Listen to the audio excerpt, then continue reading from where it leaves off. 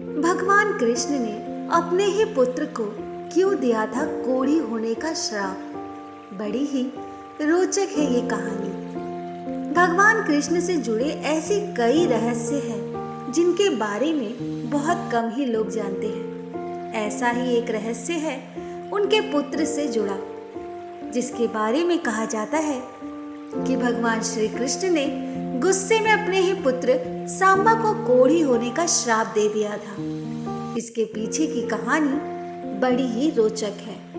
कहते हैं कि भगवान श्री कृष्ण के श्राप से मुक्ति पाने के लिए सांबा ने सूर्य मंदिर का निर्माण करवाया था, जो अब पाकिस्तान के मुल्तान शहर में स्थित है। इस सूर्य मंदिर को आदित्य मंदिर के नाम से भी जाना जाता है। वैसे तो श्री कृष्ण की कई रानियां थी, जिसमें से जामवत की पुत्री जामवती भी थी।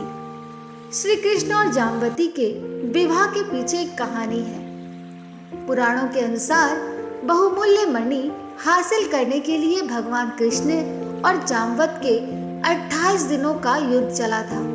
युद्ध के दौरान जामवत ने कृष्ण के असली रूप को पहचान लिया, तो उन्होंने मणि समेत अपनी पुत्री जामवती का हाथ भी उन्हें सौंप दिया था। कृष्ण और जामवती के पुत्र का नाम ही सांबा था। कहते हैं कि सांबा इतना सुंदर और आकर्षक था कि कृष्ण की कई पटरानियां भी उनकी सुंदरता से प्रभाव में आ जाती थी। कहते हैं कि सांबा के रूप से प्रभावित होकर एक दिन श्री कृष्ण की एक रानी ने सांबा की पत्नी का रूप धारण कर उन्हें आल्गनिक में भर लिया, लेकिन ऐसा करते हुए श्री कृष्ण ने उन दोनों को देख लिया। इसी बात से गुस्सा होकर श्री कृष्ण ने सांबा को कोढ़ी होने का श्राप दे दिया। पुराणों के अनुसार महर्षि कटक ने सांबा को कोढ़ से मुक्ति पाने का उपाय बताते हुए सूर्य देव की उपासना करने को कहा। उसके बाद सांबा ने चंद्रभागा नदी के किनारे मित्रवन में सूर्य देव का एक मंदिर बनवाया और 12 सालों तक सूर्य देव की कड़ी तपस्या की। कहते हैं सूर्य देव ने सांबा की तपस्या से प्रसन्न होकर उन्हें कोढ़ से मुक्ति पाने के लिए चंद्रभागा नदी में स्नान करने को कहा था।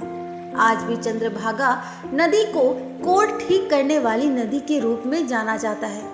मान्यता है कि इस नदी में स्नान करने वाले व्यक्ति को कोढ़ जल्दी ठीक हो जाती है। दोस्तों, ऐसे ही पुरानी कथाएं सुनने के लिए मेरे चैनल को सब्सक्राइब करें, लाइक करें, शेयर करें। धन्यवाद।